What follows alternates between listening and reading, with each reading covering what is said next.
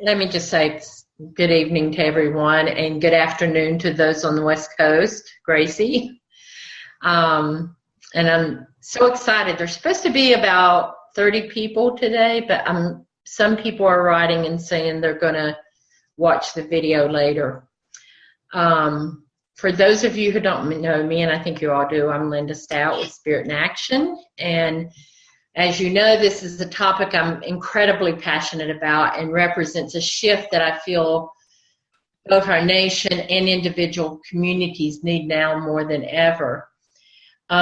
This webinar is slightly different than a typical training webinar I do. I believe that every person is an expert in their own right and brings a wealth of experience and knowledge to the table. So I'm taking advantage of that by allowing for interaction and for each of you to make your own contributions toward the last half of the hour. And so with that being said, just a quick housekeeping tip. If you haven't already done so, click the mute button on the bottom left corner of your screen, and that will cut out all the background noise of the presentation.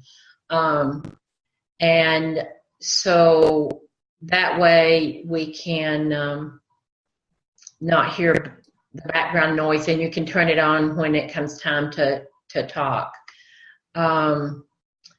So I said this is not a typical format for a webinar. It is meant to be inspirational and provocative, and it will include a guided visioning, meditation, reflection, and discussion. So let's get started. I've already lit our candles in the background, and I wanted to start out. One second. I wanted to start out reading a message from the Hopi elders. To my fellow swimmers, there's a river now flowing very fast. It is so great and swift that there are those who are afraid. They will try to hold on to the shore. They will feel as if they are being torn apart and suffer greatly. No, the river has its destination. The elders say we must let go of the shore, push off into the middle of the river, keep our eyes open and our heads above the water. And I say, see who is in there with you and celebrate. At this time in history, we're able to take nothing personally. We are to take nothing personally, least of all ourselves. For the moment that we do, our spiritual growth and journey comes to a halt. The time of the lone wolf is over. Gather yourselves, banish the word struggle from your attitude and your vocabulary. All that we do now must be done in a sacred manner and in celebration. We are the ones we've been hoping for. So that's a message from the Hopi elders. I wanted to talk about a little bit about it is impossible, I believe, to sustain any hope without a vision of possibilities. And although we'll just do visioning tonight, the work I do turns those visions into realistic, achievable, time-set possibilities. And even if it's not going to happen in our lifetime, we can go a long ways toward achieving many victories. As I said in my blog, why visioning is so important. Fred Pollock, a well-known Jewish-Dutch historian who went into hiding during Hitler's reign during World War II, used that time to study 3,000 years of civilizations to understand what made some societies flourish while others self-destructed. He found through his research that only those who held a vision of the future of their society were the ones that thrived and succeeded, and the ones that didn't hold a vision turned to violence, war, and self-destruction. So I want to begin by asking each person to think of a seed of hope that has inspired you in the past week or month. And I have an acorn that I always have on my altar. And if you can imagine an acorn as a little seed of hope, and it's going to grow into a large oak tree. And that's what we're looking at. How do we take those seeds of hope and build on them and nurture them and keep them going and know that it's going to eventually grow into a tree past our lifetimes. So I want to start with a visioning exercise, but I just want to say people vision in different ways. Some see the vision very clearly, just like they're dreaming. Some people see it in color and some others don't. Some people hear things or experience conversations. Some can experience smells or emotions, while others actually have trouble with visioning. But I would ask that you just sit calmly and listen to my voice and don't try to force anything. And ignore my words if they start to get in the way. I will be having pauses in between so that people can really hear what I say and then think about your own reflection, your own answer. So before we start, I just want to read the quote from Martin Luther King. Darkness cannot drive out darkness. Only light can do that. Hate cannot drive out hate. Only love can do that. So I want you to begin by thinking of a child in your life today. And I have a 3-year-old right out in the next room, so I'm thinking of him, Jonathan. And think of that child and then add 20 years to their current age. So how old will they be in 20 years? And I want you to remember that age, that number. And we're going to start out by taking some deep breaths and just relaxing. And we're going to walk on a path that leads us into these gorgeous woods with moss and ferns and wildlife surrounding you. Hearing the birds singing and the nearby waterfall, and just relax into the beauty of your surroundings. You can keep your eyes closed, that often helps. And as you're walking through this beautiful forest, you come to an old but beautiful door in the middle of the path. And it's kind of strange, you think, but at the same time, you're attracted to it.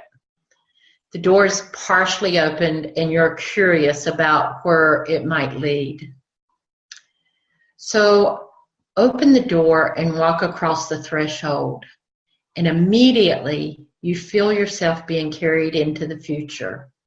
1 year ahead to 2017, 2018, 2023, 2026, and then finally you arrive at the year 2036. You have been carried 20 years into the future, and it is 2036.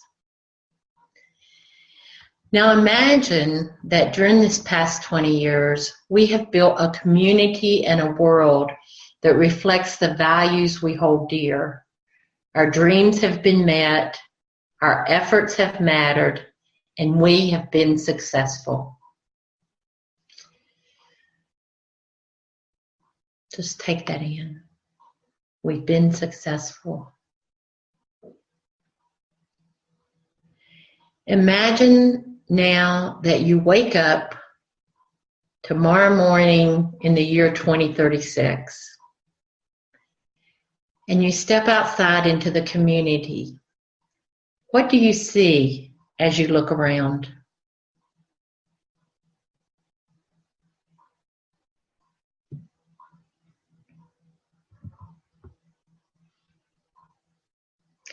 What are you currently doing in your life? Some of us will be elders. I will be 84. What are you doing in your current life?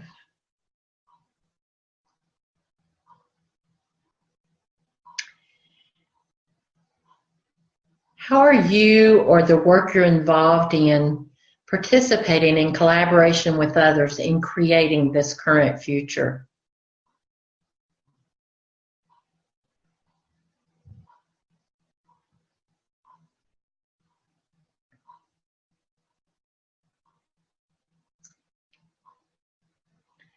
How is it impacting you or your work for justice and healing?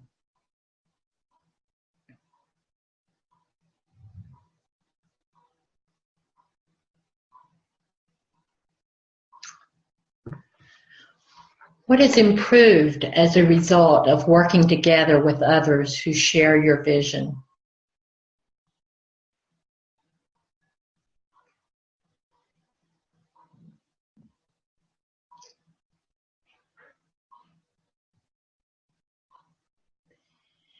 And how do you see it impacting the equity and justice in the world as a whole?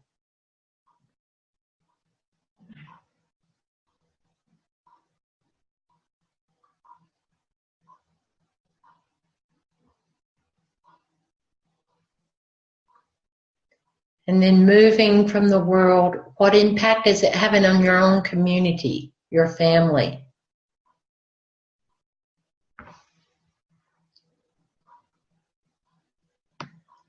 As you continue walking around, you meet someone who looks familiar and go to introduce yourself. And you realize that this person is the child you knew 20 years ago, back in the fall of 2016, who is now an adult. What do they look like?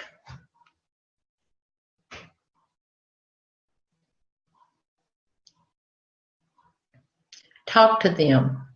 Really have a conversation with them.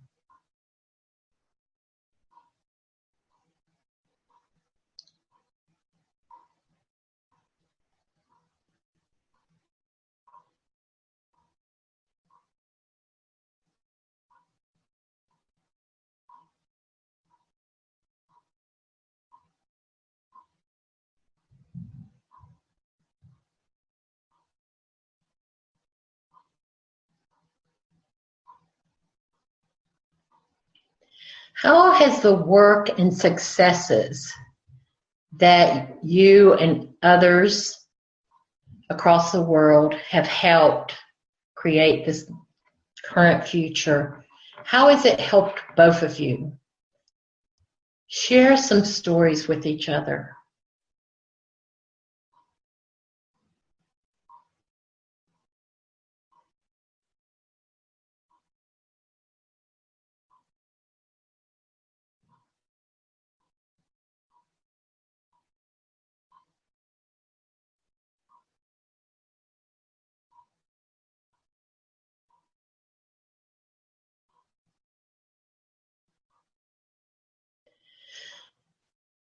Now, as you reflect on the past 20 years, what most excites you about what we've been able to accomplish?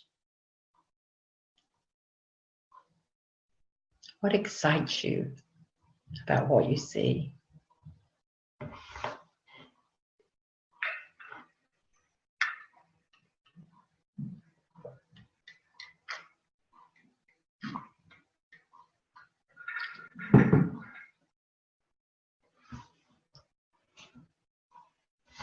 How have you personally contributed to this success? What have you done personally?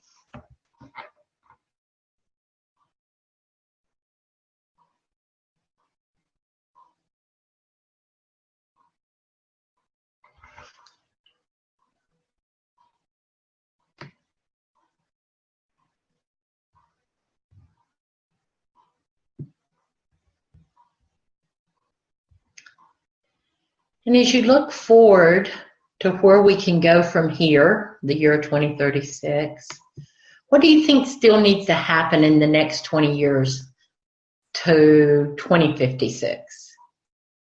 What would you say to the younger generation then about the next 20 years?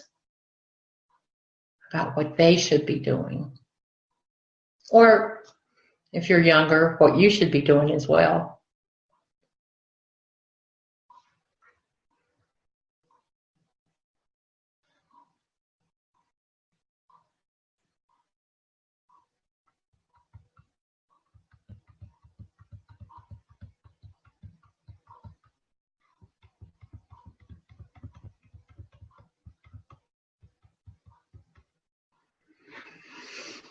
Now, as you start to leave and head back down the path, you leave this better place with a little sadness, but you carry some memory or some token back with you to remind you that you have seen the future that you helped create. Think about what that memory or token is you're going to take back with you.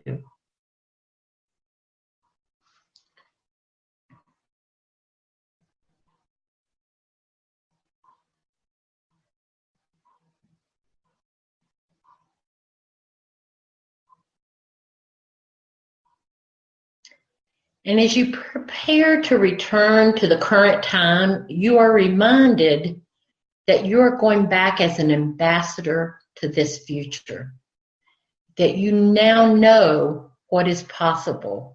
You can envision it, and you can talk to others about it, and you can help them vision it.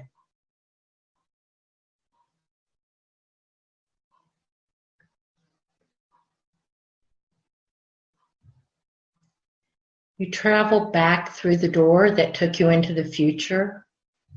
Now it takes you back to 2035, 2025, 2020, 2016, to this day, this afternoon, evening.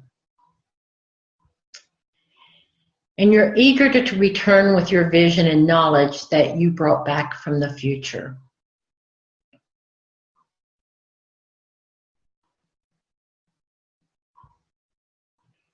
So as you come back out of the forest and walk back into your space at this current time, take a moment to come fully back into your body.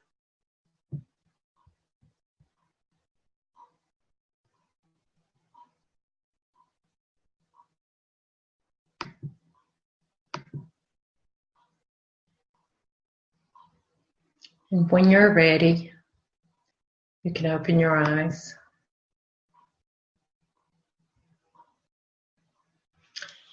And I want you to think about the things you did that helped create the future that you just visited. And think about, what was the first thing you did upon your return? What is it you will do tomorrow to take the very first step toward what you hope to do? One thing, one step. What is your plan to do?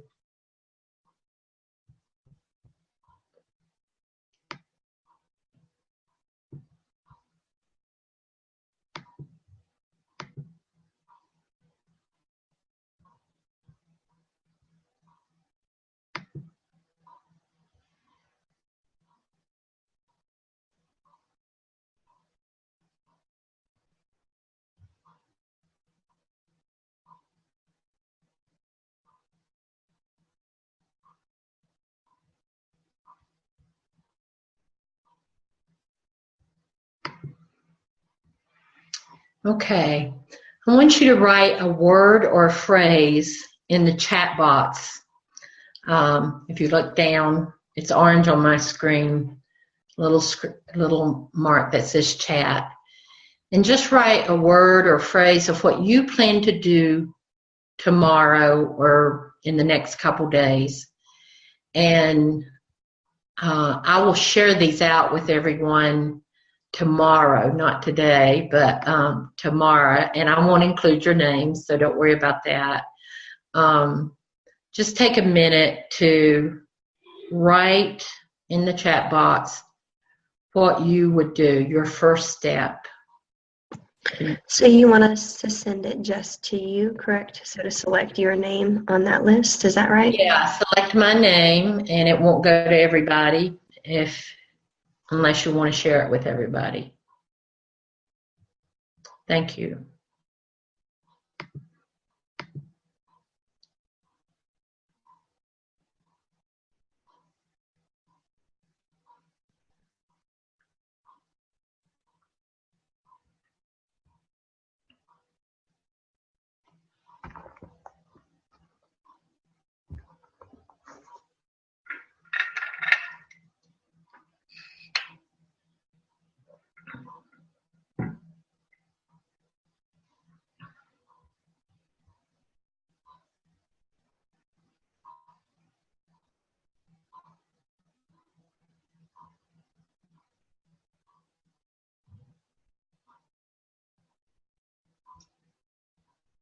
Beautiful.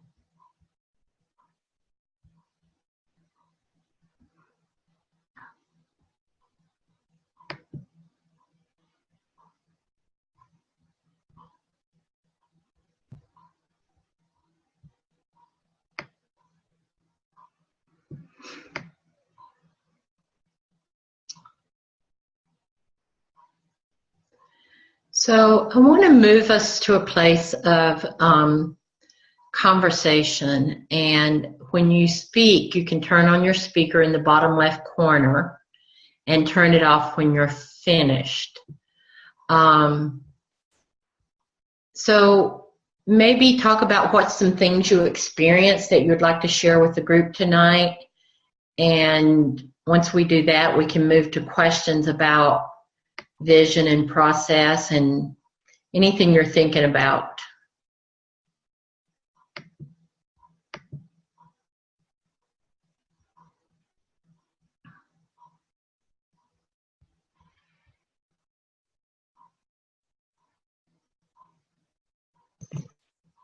I think I may need some additional visioning is what I realized towards the end, because it kind of took me a moment to even mentally really hone in on where my heart is and what I would actually want to see walk away having even one person being different from it at all. Anyways, but that might be too much talk. So one thing that I did feel affirmed even through the visioning process is just my desire for each person.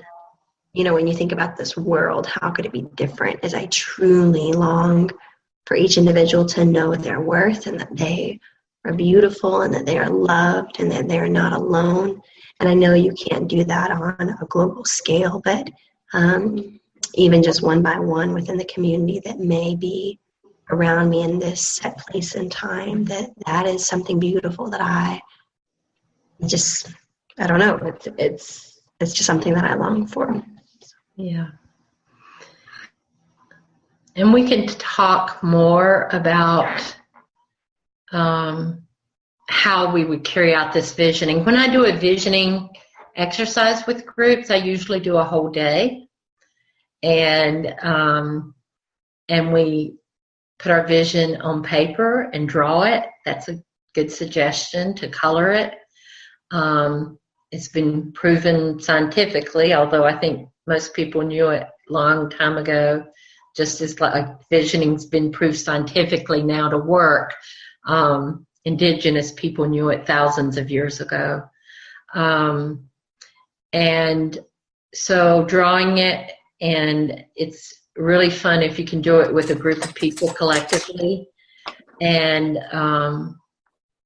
then actually putting a plan to take those first steps and do it. And it can be something personal as well as working on social justice. I know I did one exercise one time, and I was still in a wheelchair with MS, and I dreamed that I was going to dance at my office. It was my personal vision.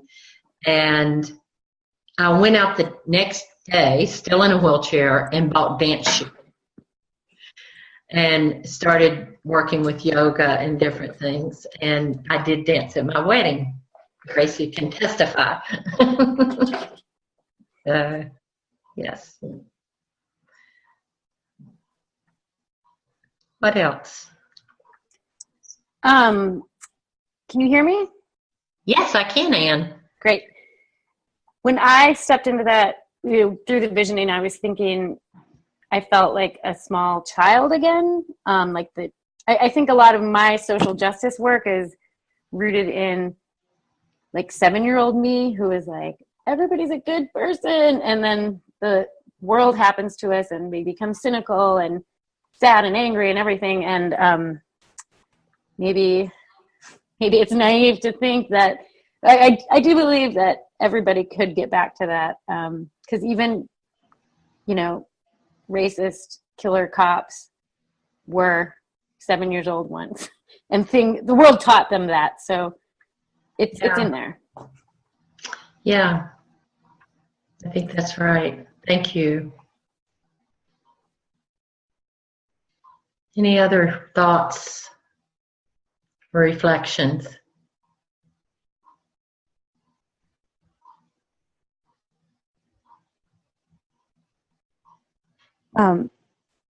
Well, I had a vision.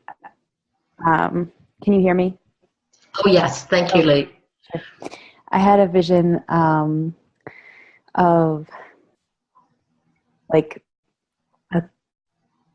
a community of people like that, and sort of like a home base for a community that maybe there's some gardening happening there, and there's some sharing of healing, and there's dialogue and people sort of like a place for people to vision more and like get together and be able to like say like, oh, I want to do this. Oh, okay, great. Let's figure out how to do it and kind of make it happen. And then I kind of started to think about maybe like having a lot of there being a lot of those.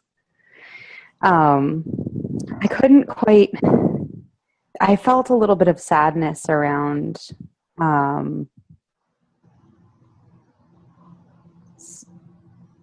felt some sadness around like some of the bigger sort of things I would like to see,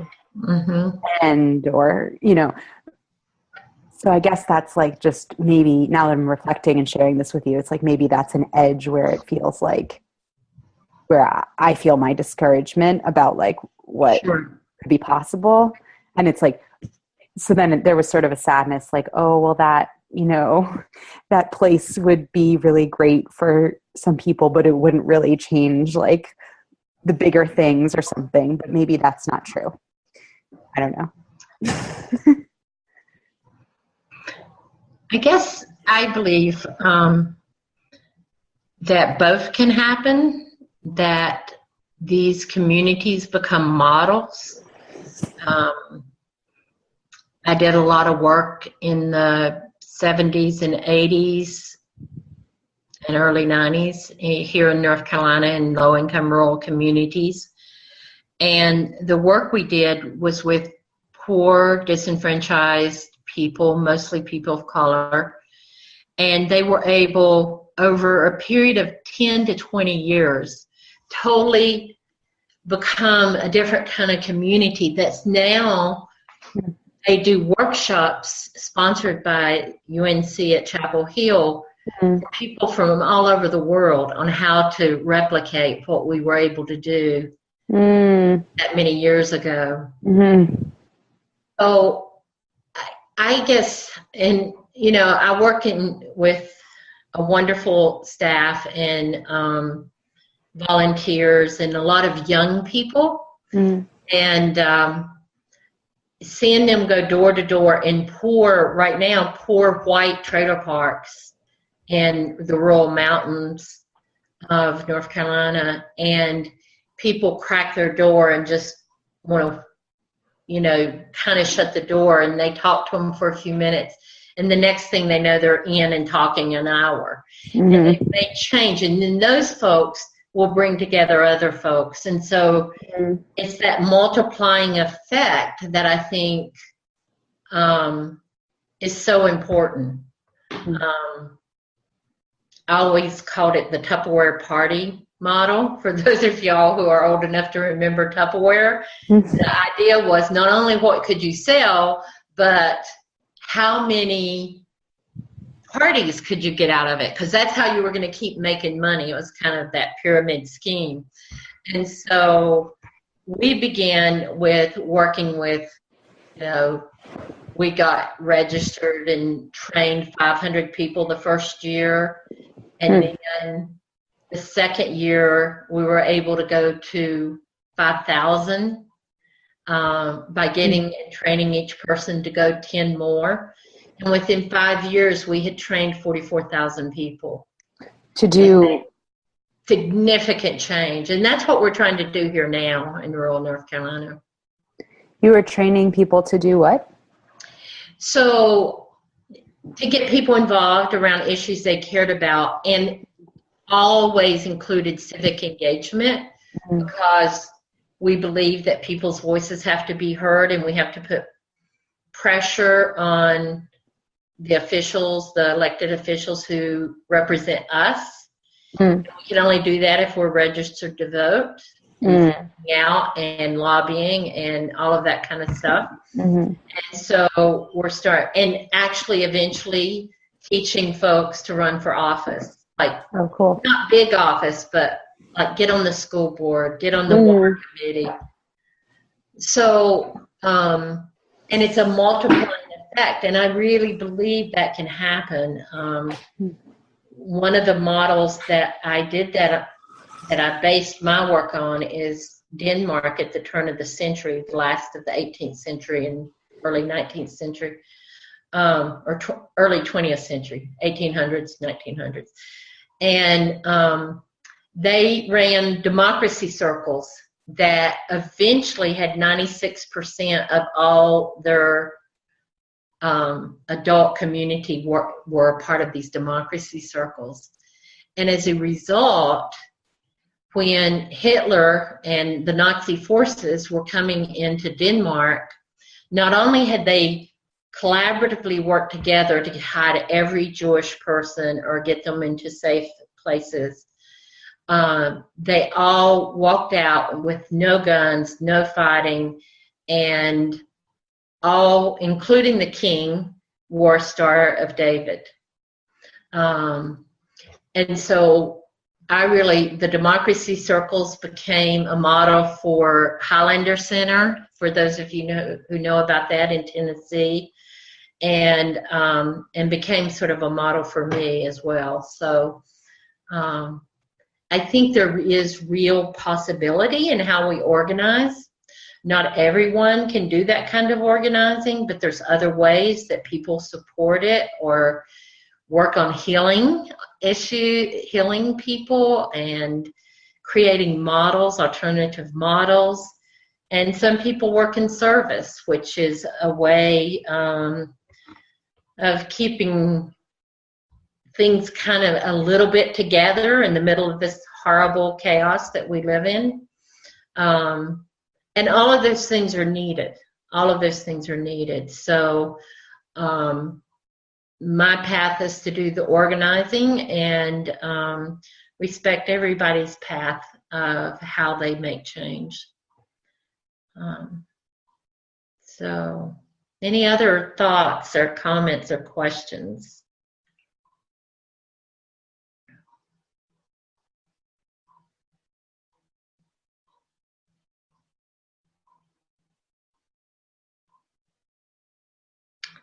Let me look and see, because some people are writing from outside. There's a discussion going on. Sorry, I had to look at the webinar chat. But some people are talking about what's happening today and all of the anger and angst and the fighting and the killing of people of color by cops. And I do feel like we're at there's been different times in my life that I've thought we're in such a crazy period. How could anything get worse? And I can get really in that place of discouragement.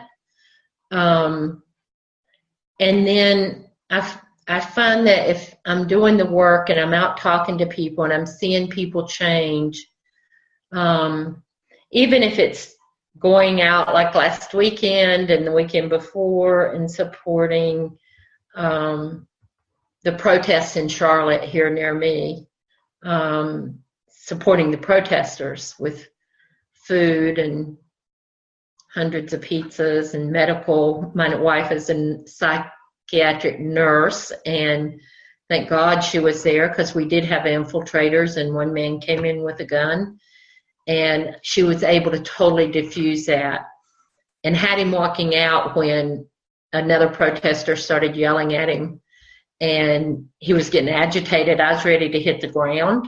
I was afraid he's going to start shooting, and Angela just pushed this woman out of the way with her body, and she took this man by the arm, and she said, "I'm so sorry that happened to you. Let me walk out with you and we can have a conversation." And I was like, thank God for a psychiatric nurse, and plus she's my wife, which helps. But just how to, and we did training on how to diffuse the people who were so angry and throwing things and agitating and saying horrible things to the police. And so a whole line of people started going up and hugging the National Guard and the policemen. And if people got too angry, we trained them to just surround those people with love. And I mean, I'm talking about the protesters now, and surround them with love and just kind of hold them and move them away from that space, from creating more danger for people and themselves. So I do believe that if we can teach love, because I think, like you, Lee, that's a natural part of who we all are, and Lindsay said the same thing, that we can begin to shift. I mean, after that first night and after the trainings that we did with all these organizers, protesters, there was another violent outburst, which happened the first 2 nights. And so I think that was an incredible testimony to how we can lead with our love and our hearts and our spirit and make things really change.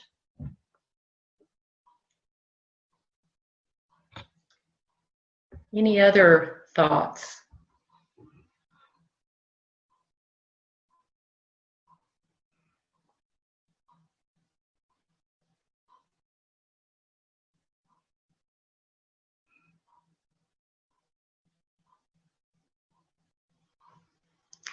I see that people are wanting to share their vision with others, and I think that's really important. And I think learning how to teach visioning is really important too. And maybe we'll have a webinar sometime just on how to lead visioning and how to turn it into realistic, doable plans for the future.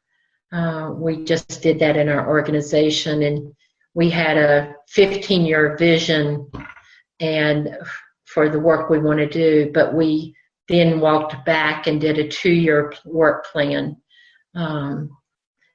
because, we know what we need to be doing, but we always have that vision. And if something happens, depending on what happens politically, what happens with war, what happens with more shootings, we can hold on to that vision while we're doing that hard in the trenches work.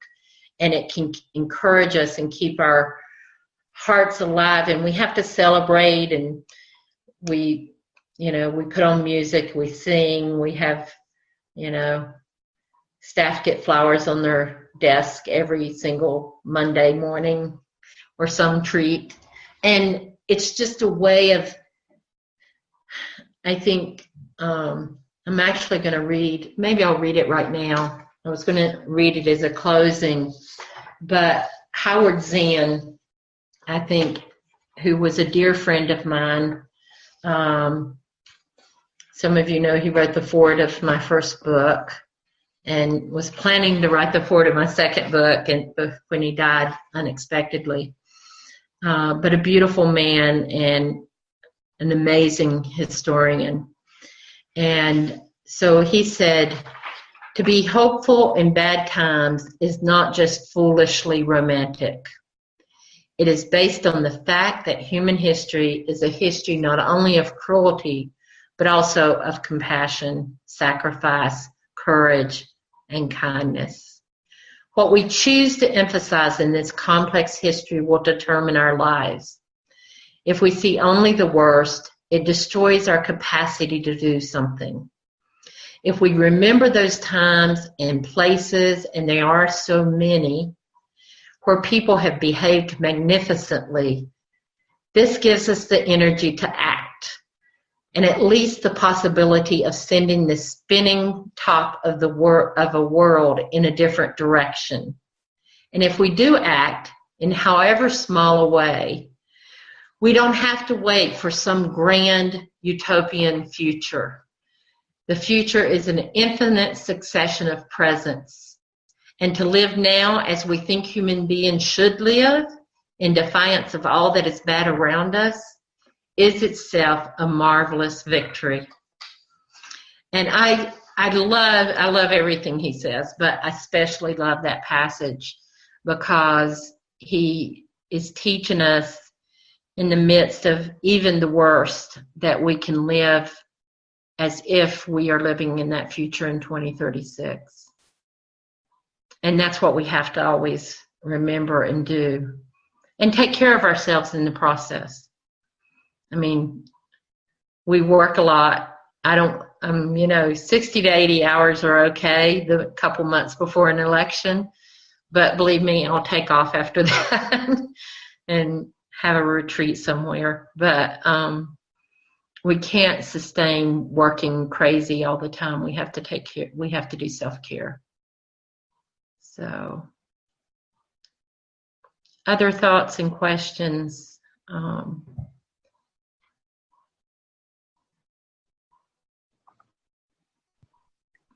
Yeah. So, trying to understand some of these questions.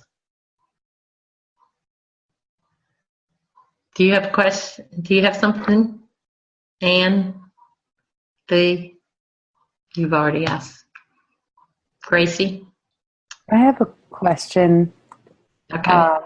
About how, like, when you were saying supporting people to make change in a lot of different ways, like as organizers or as healers or whatever, like how do you do that? How do you facilitate people being on a team when they're doing different kinds of actions? Well, that's a really good question because I've built a lot of national collaborations, and we have a theory of change where or a methodology where we believe that all of these, that four things make the whole circle. And some of those people are doing service work. I used to call them the people who kept their finger in the dike to keep it from exploding and flooding. Now I think they're holding their whole bodies as it floods around them. And they're providing a very important service. At the same time, we have people who are doing that organizing, whether out in the streets or door to door as we do it, having deep conversations with people and really seeing people shift and change. That no one, when I talk to the young people who volunteer for us, they're like, well, do we have to go to the house if it has a KKK sticker in front of it? And I'm like, no, you don't have to go. Call me, I'll go to that house. Or if it has something else equally racist, I tell people they don't have to go. But they say, well, what if they have a Trump bumper sticker? I'm like, you have to go talk to those folks especially. But I think kind of lost track of my thought. I lost the question for a moment. It was like, how do you organize? Oh, how do you organize? So the other area of people are people who are doing alternative. Mm-hmm. They're building alternative education, alternative economic systems, alternative businesses, alternative ways to treat and heal. And I believe that that's critical, because if we do begin to have victory, we need to have those models, and they need to be out there, and they need to grow big. And so that's another piece that's really critical. And of course, my work organizing, trying to, there's the story of all the babies are drowning in the water, and all these people rushing and pulling them out from drowning. And the organizers are going to the top of the river to stop who's throwing them in the first place. So both of those things have to happen at the same time. And then lastly, there's the people, I call it consciousness shift. And this is both music, prayer, art, a lot of the social community art we see now that actually changes people's minds. A couple of us here are old enough to remember how the 60s shifted our thinking. And, I'm a bluegrass country girl and like country music, and there are actually groups now beginning to sing country songs about cops killing Black people and all kinds of social issues. And so I love bringing those out as examples, because I always use a lot of hip hop and modern music with the younger people I work with, but I also like knowing there's other kinds of music out there. But that's also important. And if we don't bring all of that together, and if we don't work across class and race and really build it, and I think the way to do that is through visioning, because I've brought groups together that wouldn't even sit in the room together, who hated each other, and all it was about was strategy. We all had the same vision, and the vision, when you spoke of visioning of gardening and community, that's a vision for everyone. In urban areas, everywhere I go, every age, elderly people, young people. And so I think getting people, and this is something I've also changed about how I teach about race and class, because what I found was, even though the theory of power and privilege, I still believe, it's very difficult to tell someone who's living in poverty that they have power and privilege, or an African American man that he has power and privilege because he's a man. And so what we do is really get people to deeply know each other first. And that's when the change happens, when that love comes in, when we can show our best selves and allow that for other people. That's what really shifts and allows people to work together, even though they may have different strategies. Does that make sense?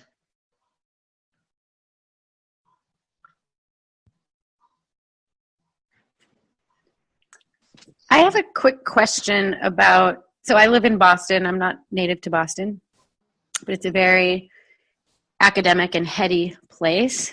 It is.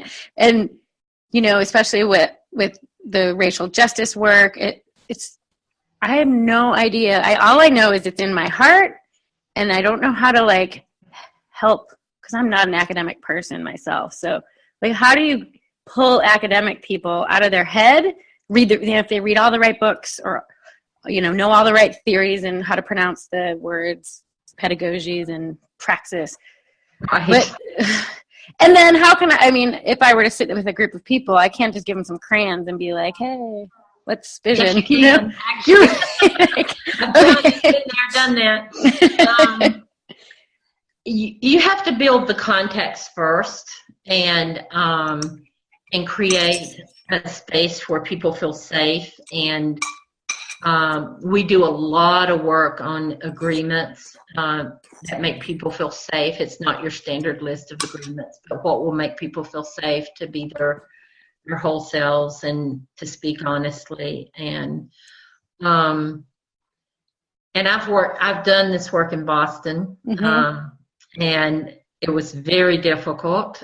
There's a lot of old history there. And I found it one of the more difficult places that I've worked, and I've worked all over the country.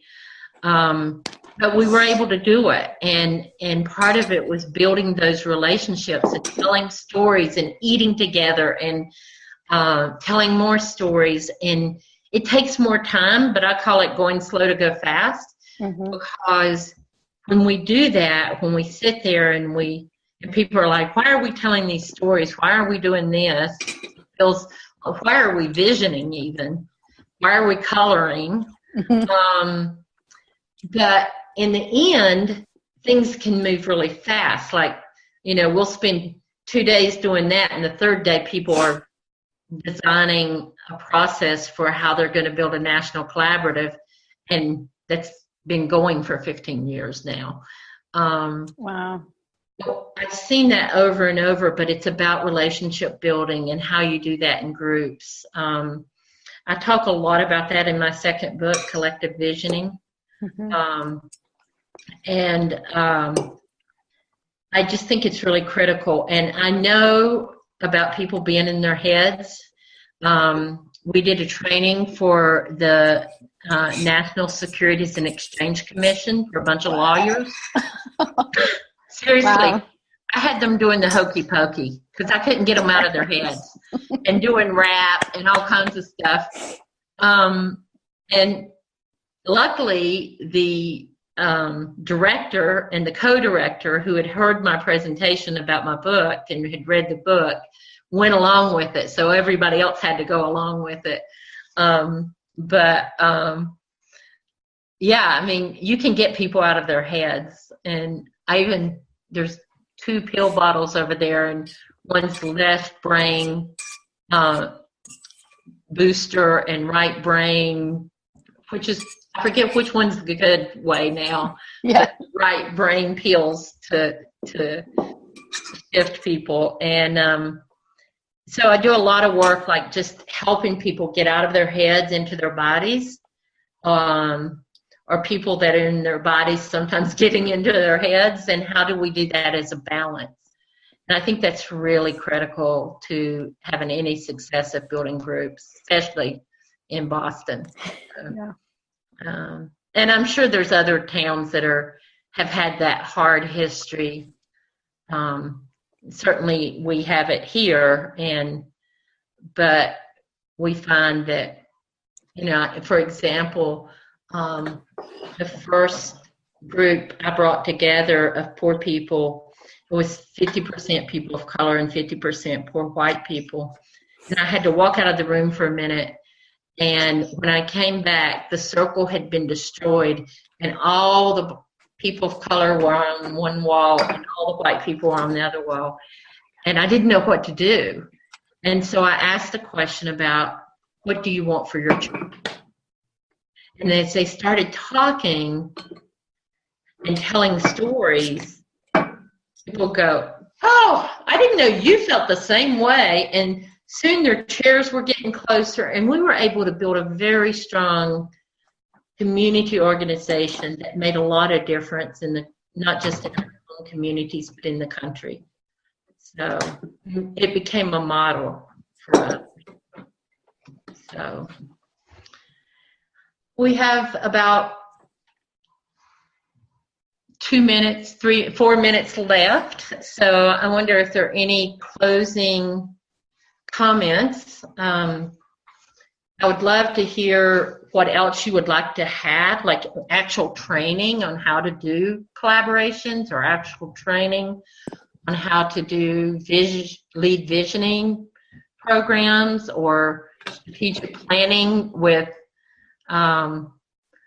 left, right brain included in there instead of the standard way we've always done it. And see a remark to send some links to collaboratives, and I will send that. And I'll send the country music songs out too. So, and some of the music that we use. I usually open with music and candles and an altar, but you can't do that as easily on a webinar. So, any last comments? So I'm going to say good night, or good afternoon for those of you on the West Coast, or good evening, maybe. What time is it? It's 5 o'clock there. And I really appreciate people who have their faces on the screen. We thought it'd be fun to have some people with their faces on the screen, but the other people who are listening and writing in. We will have this recorded if anybody wants it. We have a long list of people who requested it to be sent to them as a recording. So if you could write in the chat box, I'll leave it open for a little bit, just things you would like to see improved or what you would like to have in the future in a webinar. I can't promise how many I'll do before the election because I'm doing weekly ones with training volunteers and throughout North Carolina on how to work in the elections. So, as you know, our state is very critical and our governor's race is very critical. So, it's a tough time for our state. So, thank you. I really appreciate all of you. And those of you listening, please write in as well. Okay? Thank you. Good night.